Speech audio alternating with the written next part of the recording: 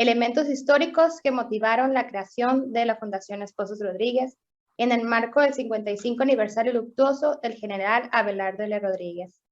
Agradecemos la presencia del doctor Ismael Valencia, quien aceptó nuestra invitación para compartir con todos nosotros estos aspectos históricos de gran relevancia que marcaron el origen de esta fundación, que después de 75 años permanece con la misma causa social desde su inicio y siguiendo la visión del general, apoyar a los jóvenes sonorenses en su educación. Actualmente ya siendo más de 85,000 estudiantes los que han sido apoyados a través de los años. El doctor Ismael Valencia Ortega es egresado del programa de Historia de la Universidad Autónoma Metropolitana. Se ha desempeñado como maestro de tiempo completo y jefe del Departamento de Historia de la Universidad de Sonora, del que también fue jefe de departamento. Ha sido investigador del Colegio de la Frontera Norte y el Instituto Nacional de Antropología y Historia. Es colaborador en distintos medios de prensa. Igualmente es productor de programas de historia, tanto en la radio privada como en la radio pública. Muchísimas gracias, doctor Valencia, por aceptar nuestra invitación. Bienvenido y adelante. Muchas gracias y muy buenas tardes a quienes nos acompañan a través de este medio. Estamos transmitiendo desde el edificio Sonora, sede de la Fundación Esposos Rodríguez. Y pues quiero agradecerle a la Fundación tan amable invitación a poder compartir con ustedes un poco reflexiones, notas de lo que fue la creación de la Fundación Esposos Rodríguez. Agradezco a Paulina Wong, obviamente también la invitación de María Guadalupe Duarte, la directora de la Fundación, a Jorge Landgrave, el presidente, a los que nos siguen, tanto como consejeros, becados y demás, descendientes del general Rodríguez. Muchas gracias por acompañarlos y pues lo que buscamos a través de esta plática, conferencia, es precisamente recordar, recoger cómo es que se llegó o qué elementos fundamentaron en las reflexiones tanto de Abelardo L. Rodríguez como su esposa Aida Sullivan, la creación precisamente de una fundación. ¿Qué es lo que vivieron ellos en sus propias infancias, en sus juventudes, en su etapa adulta, como para llegar a la decisión y de la necesidad de crear una fundación? En ese sentido, a lo largo de este tiempo que hemos elegido para esto, vamos a platicar precisamente cómo se fue creando en la conciencia de ambos esta necesidad de apoyar y de darle la oportunidad a los jóvenes a través de los respaldos económicos, morales, éticos y demás, de lo que es el desarrollo profesional y humano de los individuos. La historia que vamos a ver en este caso es una historia vista de vidas a veces cruzadas con las eventualidades que cada uno, con distintos personajes y en distintas épocas vivieron, pero que fueron contemporáneos aproximadamente, tanto a la vida del general Rodríguez como en sus distintas facetas, hasta su llegada al gobierno del estado de Sonora. Es importante en este caso recordar de una manera general que el general Rodríguez nació en Guaymas en 1889 y viene a fallecer el 13 de febrero de 1967. Estamos a unos cuantos días de cumplir un aniversario más de su aniversario luctuoso. Sus padres, su padre en particular fue originario de Santiago Papasquiao, Durango, y su madre de Buenavista, Río Yaqui, aquí en el estado de Sonora. Ambos se casan en el estado hacia el año de 1876. Él va a llegar posteriormente a la gubernatura del estado hacia 1943 a los 54 años, pues de lo cual hablaremos más extensamente adelante. Aquí quiero tocar algo importante y por la cual tiene que ver con el título de la plática. y es que todo personaje, sobre todo un personaje como Abelardo L. Rodríguez, quien llegó a tener altos niveles de responsabilidad, a vivir una etapa crítica y cumbre de la historia de Sonora, como fue la Revolución Mexicana, le tuvo que desarrollar una visión de la historia, y es hasta normal de personajes con esta calidad de estadista, desarrollen esa visión de la historia, tanto desde su propia perspectiva, de sus experiencias, como de las que van adquiriendo, de las sociedades que van conociendo. Y cómo es que finalmente pues llegan a tomarla como una forma de justificar o legitimar sus actos. De alguna manera vemos en la biografía de Abelardo L. Rodríguez algo muy importante. La herencia como parte formativa de su carácter. ¿Qué le dejaron sus padres que a la postre, y cómo vivió su tiempo como para que a la postre pues asumiera y llegara a los niveles en los cuales él logró encumbrarse? Pues una de ellas es obvia, uno lo podemos ver en su discurso y en sus trabajos, es que él era hijo de, obviamente, de un padre que se dedicó a la actividad comercial junto con el resto de los hermanos de su padre, y que estaba plagado de aventuras, sobre todo a lo largo de largos itinerarios de lo que es el comercio mediante digamos, todo lo que es la costa del Pacífico, Durango, Sinaloa, hasta Sonora e incluso más lejos. Uno se llena de imágenes y de eventos y escenas narradas por él, y que obviamente fueron rescatados de su padre, donde está claro que solo una personalidad fuerte, dura, y firme, como dice, sin vicios, se lograba sobrevivir en esas enormes distancias que recorrían en lo que se dice el comercio mediante recuas, mediante lomos de mulas, caballos y más. En ese sentido, la visión de la historia y está muy ligada al papel de los individuos en la misma. Desde su perspectiva, los que logran trascender en la historia, los que logran tener un papel dentro de ella, tiene que ver con ellos mismos, pues, con el perfil que desarrollen y con la disposición a incorporarse, a ser parte de esa historia, pero no necesariamente ser arrastrado por fuerzas en las cuales no se esté consciente de lo que se está viviendo, sino que se está consciente, se participa de ella y de alguna manera se forma parte de ella, pero también se busca cambiar la historia, porque la historia está cambiando, te lo está diciendo, y a lo largo de sus textos te lo señala. La historia estaba cambiando en el momento en que él vive, y de esa manera es como se incorpora de una manera consciente.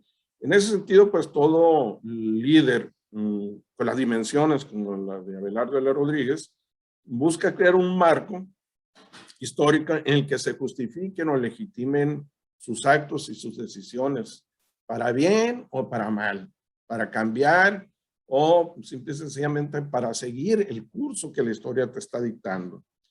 Hay en ese sentido una perspectiva voluntarista, es decir, no está ajeno lo que sucede en la historia de las decisiones que los personajes tomen. Son claves los individuos en el rumbo y los cambios de la historia. Esto se puede entender pues como la capacidad para ver, que, como les señalaba, que las cosas cambian, pero que no van a cambiar si no nos involucramos o si no se involucraban en ella. Hay, sin duda, un peso muy grande, de la visión de la historia que se estaba dando en Estados Unidos, porque él es un personaje que vive en Estados Unidos, que conoce la sociedad norteamericana, que conoce la sociedad fronteriza y se empapa en todo caso del discurso y de lo que se maneja en la sociedad norteamericana. De alguna manera como lo han logrado visualizar algunos autores, algunos investigadores, la idea esta del hombre que se hace solo, que se hace a sí mismo, en base a su esfuerzo, pero que se hace responsable también de sus actos, así como de las consecuencias que esto implique. Hay por ahí algunos autores de origen europeo, como Leopold von Ranke, en el que el hombre de Estado, la visión de la época de fines del siglo XIX, pues empapan y se pueden visualizar en las ideas del general Rodríguez como esta perspectiva pues de la voluntad y la capacidad de la historia política que es la predominante en el siglo XIX. Así, el ser humano y sus actos están atados a su voluntad, a lo que él forma parte, a la forma en que se compromete y no a leyes ajenas, impersonales, en el que pueda justificarse posteriormente o anterior o previo el no participar y no comprometerse, es decir, a leyes impersonales, a las decisiones del individuo. ¿Qué es lo que hay detrás de todo esto? Hay una visión de porvenir, una visión de progreso. La historia no es un lastre nada más, algo que atore en la evolución del ser humano y de las sociedades, sino que finalmente lo que se busca es recoger de la historia algo que lo lleve a comprobar y a justificar que hay un destino o un porvenir, un progreso a los cuales podemos arribar si la sociedad en su conjunto se compromete a tomar parte. Y esto lo señalo porque paso a paso vamos a ir viendo cómo todas estas ideas se van tejiendo y van naciendo desde su infancia, podemos encontrarlo incluso. Cómo van construyendo esa personalidad y ese carácter que finalmente lo lleva a tomar decisiones de tipo del estadista, del revolucionario, del político, del empresario incluso. Y la historia para él es importante y en su calidad de gobernador del estado promovió precisamente la investigación histórica. Crea como parte de esta necesidad a las cuales me he hecho referencias, lo que se conoció como el Instituto de Investigaciones Históricas para Sonora, en el cual trata de ir recogiendo elementos, documentos que vayan enriqueciendo el conocimiento de la historia de Sonora. Una nueva visión de la historia que contrasta con la que se había generado o empezado a generar décadas antes, en los últimos años de lo que se conoce como el porfiriato sonorense. Hay obras importantes, fundamentales, incluso para el presente todavía, valiosas, que siguen siendo motivo de consulta, que incluso todo el mundo la sigue buscando, pero que difícilmente la encontramos ya en forma impresa, que ojalá en alguna ocasión volvamos a tener una nueva publicación de estas obras, como lo es el diccionario de Almada, precisamente. Un diccionario que conocemos como Diccionario de Historia y Geografía de Sonora. Y claro, obras también como la que llevó a cabo Fernando Pesqueira, de una compilación enorme, mecanografiada, de documentos para la historia de Sonora, y el cual esta última se encuentra en la colección pesquera de la Universidad de Sonora. Todo esto tendría que llevar a que no es tan solo por conocer documentos antiguos y un bagaje erudito de hechos y elementos y de personalidades, sino que finalmente lo que se busca es indagar de los elementos que dan identidad al sonorense, pero también del sonorense dentro de lo mexicano. Para el general Rodríguez era importante, pues, como parte de esa modernización, es tener acervos, conocimientos de la historia de Sonora, pero esto va acompañado de espacios físicos y materiales en los cuales tendría que tenerse bajo resguardo todos estos documentos para que las generaciones futuras pudiera tener acceso a esa información. Y una de ellas es precisamente lo que conocemos como la creación del museo y biblioteca que hoy es parte de la Universidad de Sonora. Un recinto magno para una historia grande, donde pudieran resguardarse todos estos materiales. Y aquí paso a lo fundamental que es el tema de la Fundación de Esposo Rodríguez, porque en todo su discurso hay un punto muy valioso, muy importante que él toca y que a veces pasamos por alto cuando analizamos a los individuos, sobre todo con esta alta proyección, como el general Rodríguez, que es la infancia, la niñez de él. Y en este caso me refería a la niñez de él en la frontera. Sí, Sonora es un estado de frontera y su dinámica está muy ligada a todo lo que sucedía en el suroeste de Estados Unidos, Arizona, Baja California e incluso Nuevo México. De tal manera que él llega, cuando se da su nacimiento en Guaymas, 1889, tiene pocos años de haberse instalado el ferrocarril de Sonora y ya los impactos económicos y humanos, de movimientos migratorios, de movimientos económicos, de la aparición de nuevas comunidades, se hace fehaciente. Y atrae obviamente la línea fronteriza como un espacio donde están surgiendo nuevas comunidades activas, dinámicas.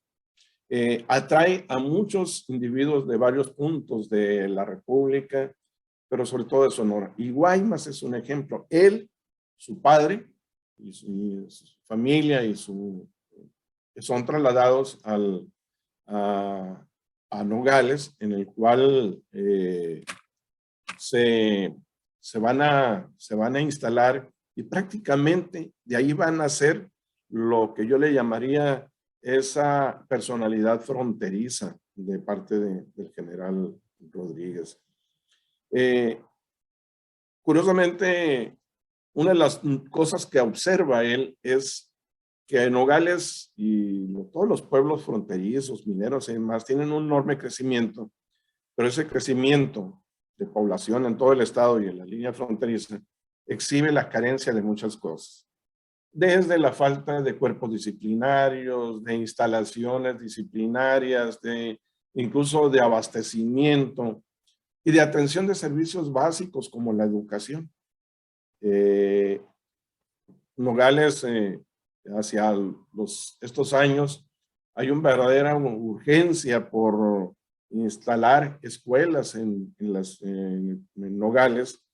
Los gobernadores entre la última década del siglo XIX, marchas forzadas, tratan y crean escuelas en Nogales, pero en general el Estado tenía una escasa población de niños en las escuelas. Se hablaba de que solamente el 30% de los niños de aquella época cursaban algún grado básico de la enseñanza primaria. Así que había una necesidad urgente de infraestructura y recursos humanos también.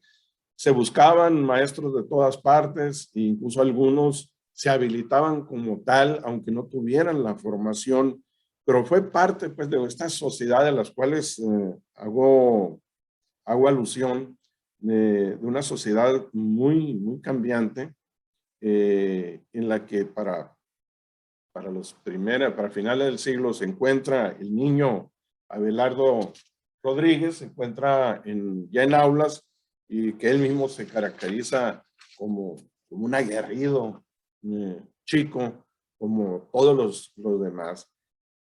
En él van a quedar marcas de la frontera, de lo que ahí estaba pasando. Hay, como les señalaba, un gran impacto económico, movilización de muchas inmigrantes como fuerza de trabajo. Pero también hay un choque de aspectos culturales, porque obviamente se transforma y cambia la forma de ver los procesos de trabajo, la forma de vivir la sociedad en estas comunidades. Y en una época como esta, con tanta inversión, permiso, se muestran aspectos opositores en lo cultural, sobre todo con la sociedad norteamericana. Se vive comunitariamente de frente a frente, se convive, pero también hay elementos de rechazo que a veces se muestran para algunos como una forma clasista o como una forma racista.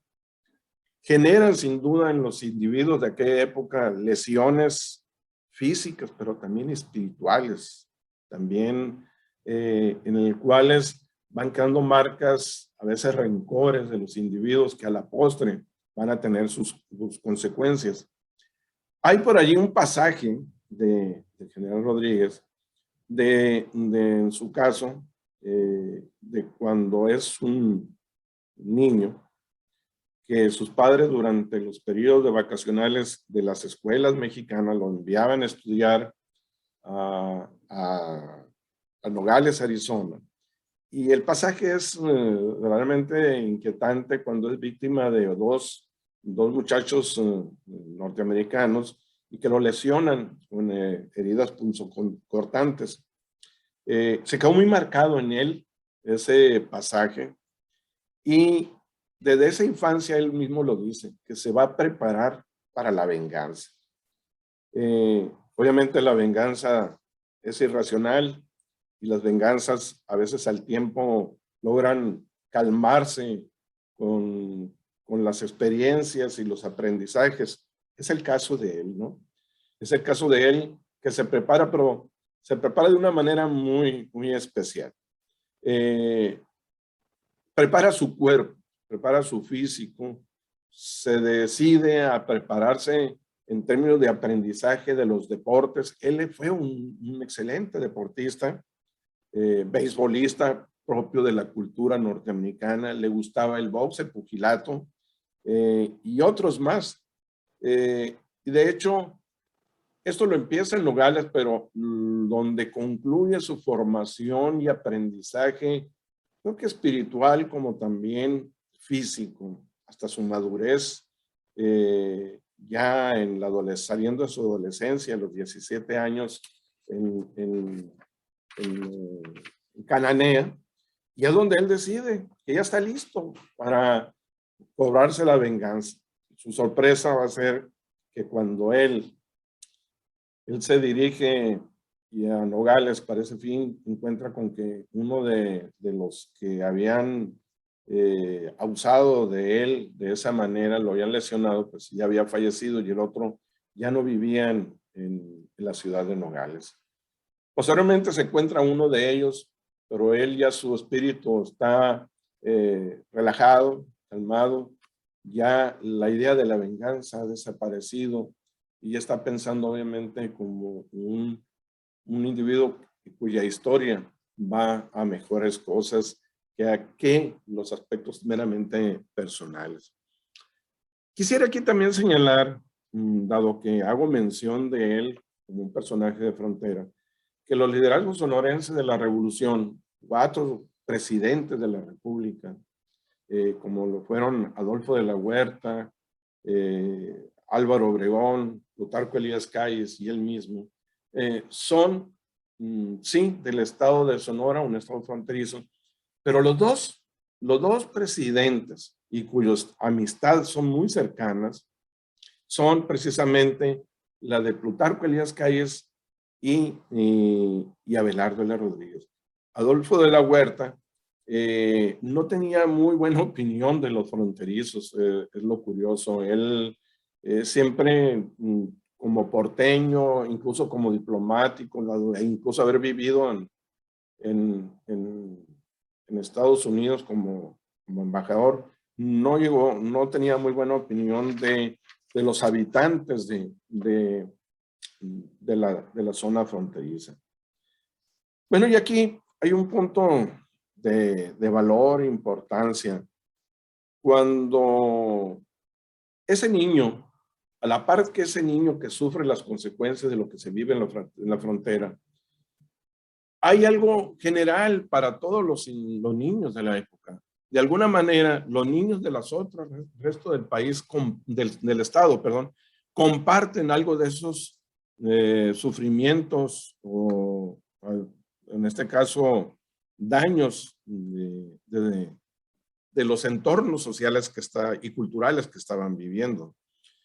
Agustín Zamora, un joven un niño que después se convertirá en escritor, el escritor de La Cohetera, mi barrio, la primera crónica de Hermosillo, de fines del siglo XIX y principios del siglo XX, lo escribe en 1944, va a narrar precisamente cómo en Hermosillo había, aun cuando su visión es muy romántica de la formación de pandillas, de pleitos que se daban entre grupos de niños y adolescentes de distintos barrios de la ciudad y que tenían a veces como epicentro la Plaza Zaragoza como parte de sus batallas apedradas y demás, es que hay en ello, se está gestando en la temporalidad tal vez de Abelardo como adolescente y de Agustín Zamora como testigo de lo que estaba pasando en el Hermosillo de aquella época,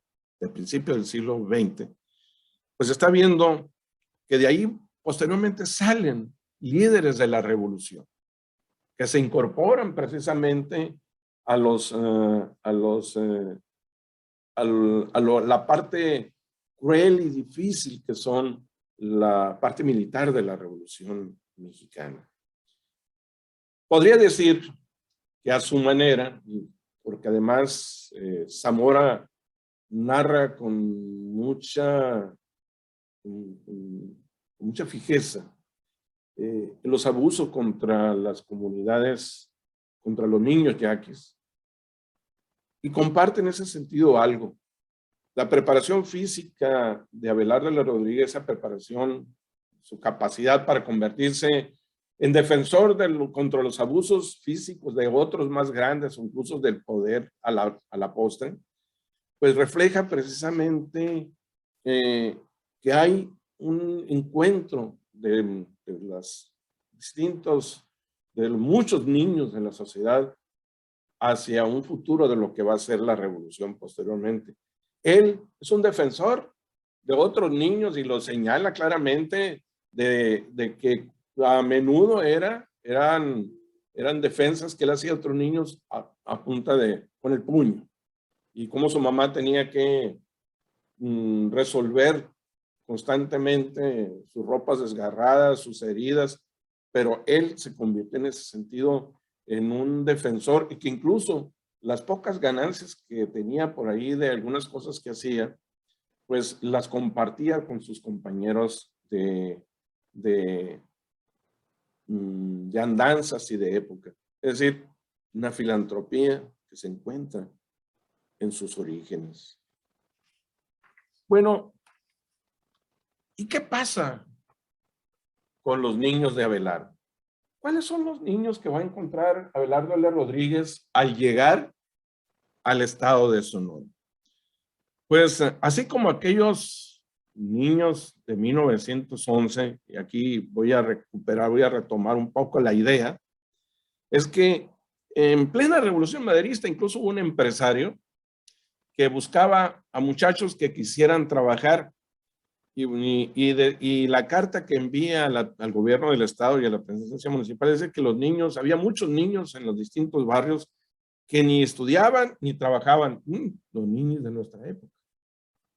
O sea, es una forma peyorativa de decirlo, pero finalmente lo que estoy tratando de señalarles es que las sociedades excluyentes siempre van a tener a los niños como reflejo de lo que está pasando en ellos. Y los niños y la época en que llega Abelardo en la infancia de Abelardo es esa. Todos obviamente como jóvenes ya van a buscar sus horizontes. Abelardo es afanoso en buscar un horizonte. Después de estar viviendo con su hermano, trabajando en una ferretería y demás cosas en Cananea, decide que ya es momento, pues, un lado de ir a cobrar venganza, pero también de buscar un horizonte, a qué hacer con su vida. Como muchos jóvenes, con ilusiones, con sueños, va a tratar de encaminarse por cosas pues, que yo creo que todos ustedes, todos nosotros, a veces deseamos y vivimos. A veces tener cosas materiales, pero también algo que desarrolle nuestras capacidades, las oportunidades de vivir y de hacer algo con nuestra vida. Finalmente, pues él quiso ser incluso cantante. Y me llama mucho la atención porque Adolfo de la Huerta se dice que también era alguien que se dedicó a la música. Pero bueno, la suerte de él como cantante no fue tal. Tanto Pearson, el profesor de canto, de música, Pearson, como un maestro en Los Ángeles, ambos le dan la palmadita y le dicen, dedíquete mejor a otra cosa. ¿Qué es lo que va a pasar? Pues que lo que se teje y lo que finalmente él va a encontrar es, al menos de una manera temporal, si no un oficio, si un compromiso social que es el del guerrero, el de la revolución que llega en 1912 prácticamente como una incorporación a la recuperación que se propone el ejército constitucionalista con Carranza en Sonora de lo que fue el golpe de estado de Victoriano Huerta. Y así, al menos en lo personal yo he encontrado a través de los archivos municipales y demás del estado, que muchos niños de aquella época fueron abandonados. Antes o después de la revolución, parte de la migración o por la revolución, porque fallecieron los padres, porque se aniquilaron las familias, muchos niños que no tenían actas, muchos ciudadanos posteriormente que no tenían actas de nacimiento, que algunos no conocieron más que vagamente los nombres de su padre. Pues esos son los niños de la infancia del general Rodríguez, y son de alguna manera los que a su llegada a Sonora va a volver con los que se va a reencontrar y como un nuevo episodio de esta necesidad de impulsar a Sonora. Porque esto que estoy diciendo de niños que habían quedado sin padres y que se encuentran incluso sin actos de nacimiento, pues son el rescoldo de lo que había dejado todos esos años críticos de la revolución y la posrevolución inmediata. Pero bueno, hay cosas simpáticas del general Rodríguez, de su vida en Nogales. Hay una por ahí que lo pinta él como un pícaro gestor de una idea. Y es que dicen que había un alumno que era más grande, más fuerte, abusaba de ellos, jugaba con ellos, era hasta cierto punto su amigo, pero tejen la idea de que él, como era un un niño grande, podía ser su defensor ante el profesor Covarrubias, que era, según lo pintan, un maestro muy enérgico, de más de 1,80 de estatura, y que los ponía a como diera lugar bajo disciplina, pues lo convencieron de que enfrentara al profesor Covarrubias. Pues obviamente le fue mal al profesor Covarrubias, pero después el general Rodríguez, que tuvo que pasarse la pegada a las faldas de los maestros o de la maestra, porque pues se la pasó también atrás de él queriendo cobrarse revancha el compañero al cual lo convencieron de convertirse en su héroe, queriendo enfrentársele al profesor. Desde ahí lo que me da la idea es que se está formando ya pues este líder a la cual hago referencia y que después va a estar va a ser parte de la revolución, porque aunque él no lo dice, tengo la impresión de que él fue el gestor de la idea de utilizar a este muchacho, a este compañero como parte. Los niños de la época de su gobierno, cuando llega el general Rodríguez ya como candidato a gobernador, en los años previos, más inmediatos, cuando llega, son difíciles para Hermosillo. Hay un problema de ausencia de servicios, problemas de sanidad, problemas de abastecimiento, pero también incluso el profesor Eduardo W. Villa, un insigne historiador sonorense, hace señalamiento de que las escuelas precisamente se encuentran en los alrededores de las escuelas muchos niños sin entrar o abandonando las aulas sin que nadie les pusiera orden. Se lleva a cabo a veces medidas extremas para poder disciplinarlos. Una de ellas es crear lo que se dice el policía de escuela, un policía que además se iba a encargar de investigar por qué los padres no obligaban o no ponían medidas apropiadas para que los niños estuvieran en las escuelas. No hay para la época con mucha claridad. Se supondría que también tiene que ver con la ausencia de escuelas. Incluso algo que para él es muy valioso, y aquí quiero comentar. Para él la educación es fundamental para poder cambiar a la sociedad. Si hay voluntad, si hay decisión, si hay esta capacidad de incorporarse, de involucrarse, pero no basta eso. Lo que se requiere es formarse, educarse, porque obviamente una sociedad requiere de esos cuerpos calificados para poder desarrollarse en lo económico, en lo administrativo, en lo intelectual, dice él. Es decir, el desarrollo intelectual de esa sociedad es fundamental para demostrar que es una sociedad moderna. De otra manera, no sería así. Así que uno de sus grandes trabajos, una de sus grandes labores es precisamente invertir en escuelas. Se crean varias escuelas en esta época. Y bueno, su situación va a ser difícil al llegar. Hay que recordar que él llega en plena Segunda Guerra Mundial.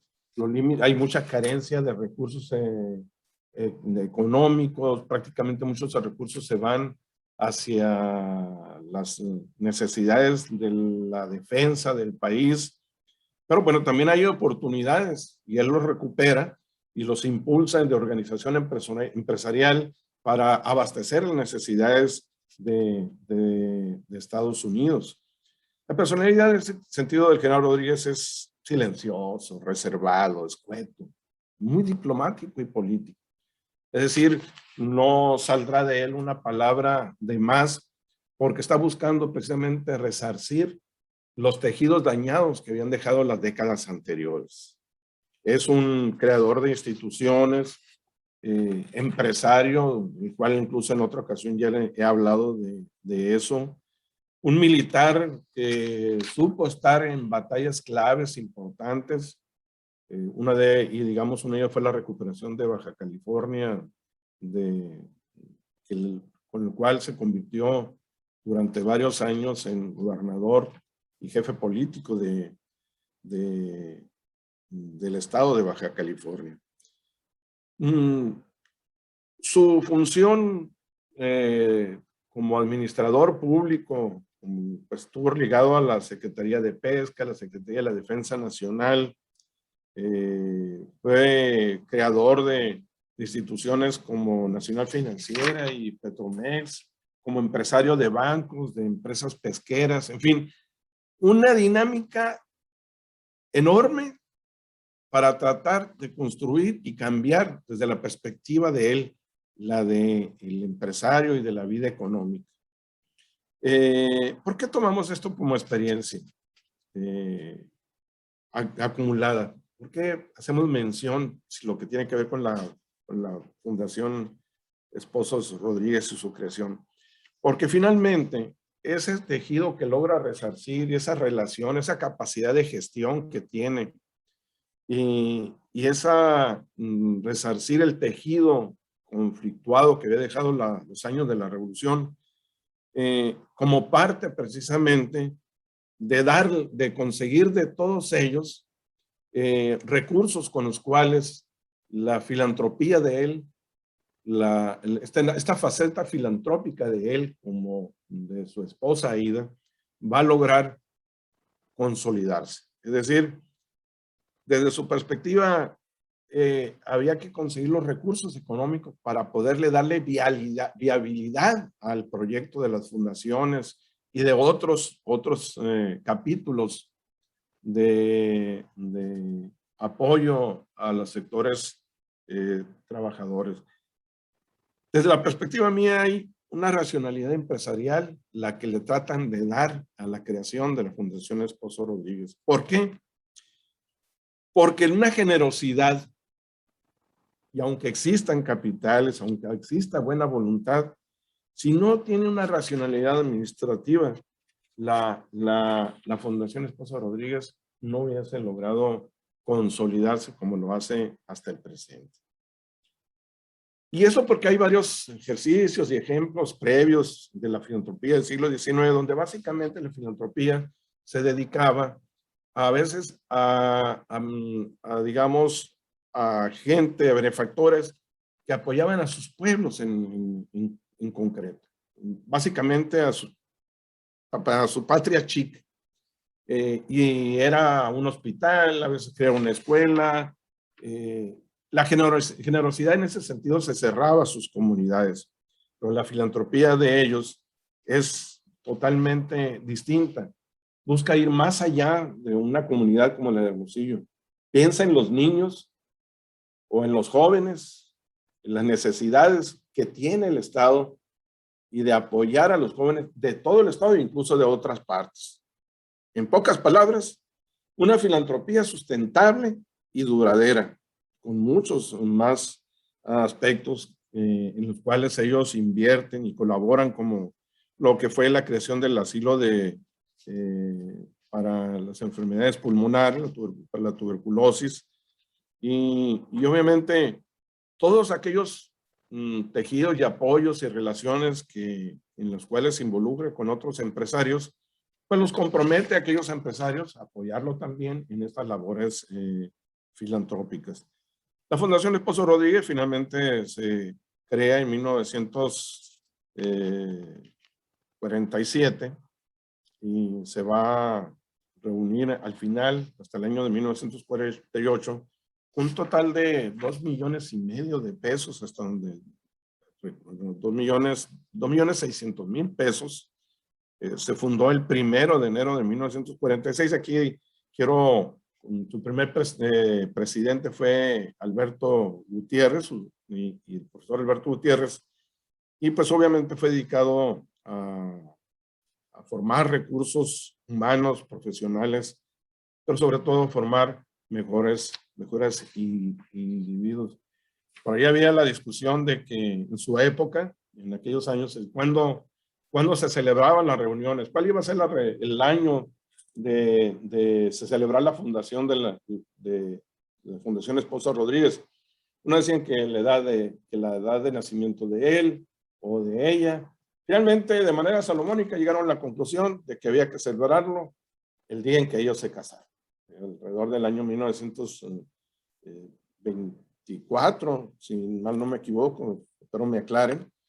Pero bueno, es un poco lo que quería hablarles a ustedes de este pasaje tan interesante donde se engarzan la vida y la formación desde la infancia de General Rodríguez como político, como militar, como político, como empresario, como filántropo. Es un poco lo que les quería hablar. Les agradezco en verdad que me hayan escuchado y quedo a disposición de ustedes a las preguntas que yo pueda atender. Muchas gracias. Muchas gracias, doctor Valencia. Antes de iniciar con la sesión de preguntas y respuestas, me gustaría que nos ayudara a compartir las demás fotografías que nos trajo para hoy, para que para nuestra comunidad la pueda ver. Sí, disculpen, porque traía este material que la intención pues era irla recorriendo paso a paso. Primero están los padres del general Rodríguez. Posteriormente, dos sitios claves, ¿no? Que son tres sitios claves, que son Guaymas, el lugar de nacimiento, Nogales, en el cual tiene estos pasajes formativos de su infancia como fronterizo, y obviamente Cananea, pues es vital Cananea. Imagínense todos los cambios que generaron, toda esa historia que ya conocemos de Cananea en cuanto a la huelga, y como pues, un centro de desarrollo minero, pues que hasta la fecha sigue abasteciendo de las necesidades metalúrgicas de nuestro estado, de nuestro país. General Rodríguez, un boceto que se aparece en uno de sus trabajos, que tiene que ver con esa infancia que todos tenemos, con muchas vicisitudes como que él vivió como un niño humilde, como él refiere, pero que aprendió a escuchar a los demás. Es algo que señala y constantemente, que se aprendió a escuchar de los demás y aprendió, y de esa manera trató de cubrir las carencias que él tuvo en cuanto al aprendizaje en las escuelas. Ya como presidente sustituto en 1932 a 1934, que le van a dar precisamente todo ese conocimiento y capacidad de gestión en los altos círculos de la vida política nacional como gobernador del estado de Sonora de 1943 a 1949. Obras como el museo, que se encuentra a la derecha, a la izquierda, una de las escuelas que se construyeron en la época. Ahí se encuentra pues dando los recursos, un cheque precisamente para continuar con las obras de la construcción del museo, con su esposa Aida, el asilo de ancianos tan importante que fue creación, impulso de la señora Aida de Rodríguez. El edificio del cual transmitimos hoy, y tanto como el edificio FER, ambos, cuando yo me refería a sustentabilidad de la fundación, es porque estos edificios, sus beneficios, sus rentas, han sido y se han dirigido precisamente al otorgamiento de las becas. Estos edificios son vitales en poder aportar recursos, recibir recursos para los jóvenes becados. Y lo último, el general con sus hijos, y esto para concluir, y es importante porque hace unos 6 años aproximadamente, la familia, los descendientes de general Rodríguez, donaron parte de su acervo documental de su persona como militar y como empresario a la Universidad de Sonora. Y esto es importante porque obviamente alguien que cede los archivos es simple y sencillamente alguien que está dispuesto, ya sea su familia, como lo debió ser él mismo, pues queda dispuesto a los juicios, a los arbitrios de los investigadores, o como se diría ahora, al juicio de la historia. Muchas gracias. Muchas gracias, doctor. Muchísimas gracias por su participación. Abrimos el espacio para preguntas y respuestas. Estaremos aquí contentos de contestar las dudas. Gracias, Octavio. Muy ilustrativo e interesante. Felicidades y gracias. Muchas gracias a todos los que nos acompañaron. No sé si hay alguna otra duda o pregunta, aprovechando que está aquí el doctor en Historia Ismael Valencia, que nos puede ayudar a responder todas las dudas sobre la historia de cómo empezó, cuáles fueron los elementos históricos que motivaron al general Rodríguez a instituir y crear esta institución que ha apoyado a más de 85,000 jóvenes. Muchos de ellos ya nos acompañan ahorita como becarios y como exbecarios también. Muchas gracias. Nos da mucho gusto que nos hayan acompañado. Aquí estamos leyendo aquí los mensajes que nos están llegando. Muchos becarios nos acompañaron, estamos muy contentos de todas partes del estado. También exbecarios. Yara, por aquí te vimos, muchos saludos.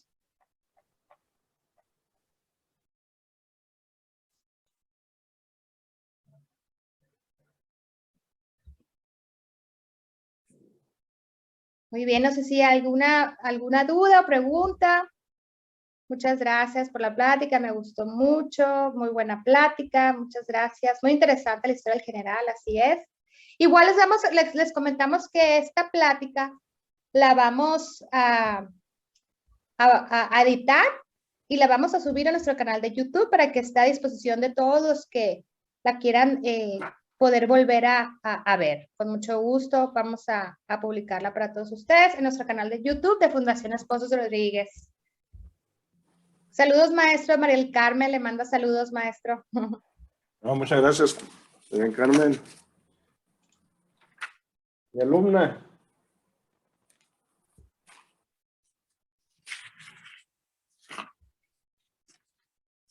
Muchísimas gracias, muy interesante conocer la historia sobre el fundador, me gustó mucho. Muchas gracias, Ana, por acompañarnos.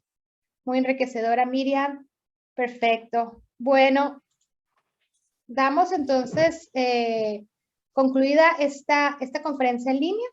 Muchísimas gracias a todos los que nos acompañaron, consejeros, compañeros, becarios, exbecarios, familiares del general Abelardo L. Rodríguez.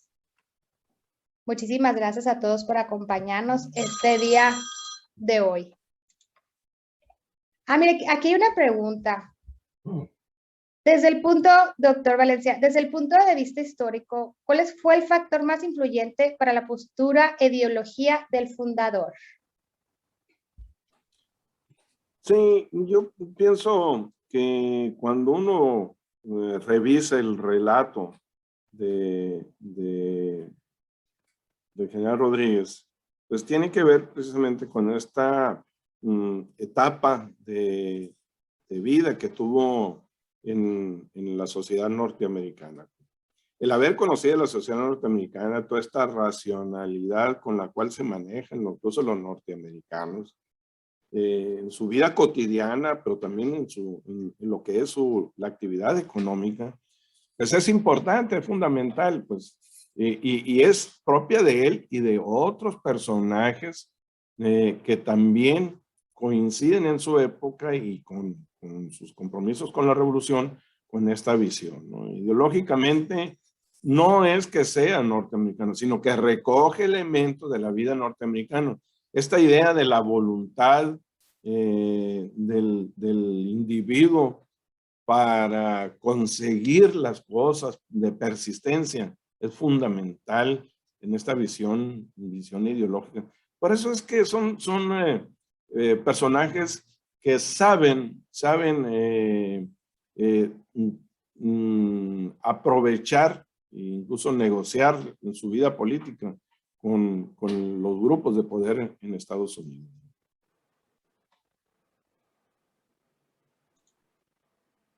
Muy bien, muchas gracias, doctor. Muchas gracias también a usted por la pregunta.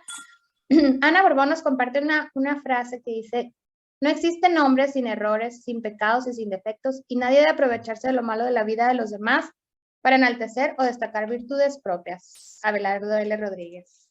Muchas gracias por compartir, Ana. Muy bien. Gracias.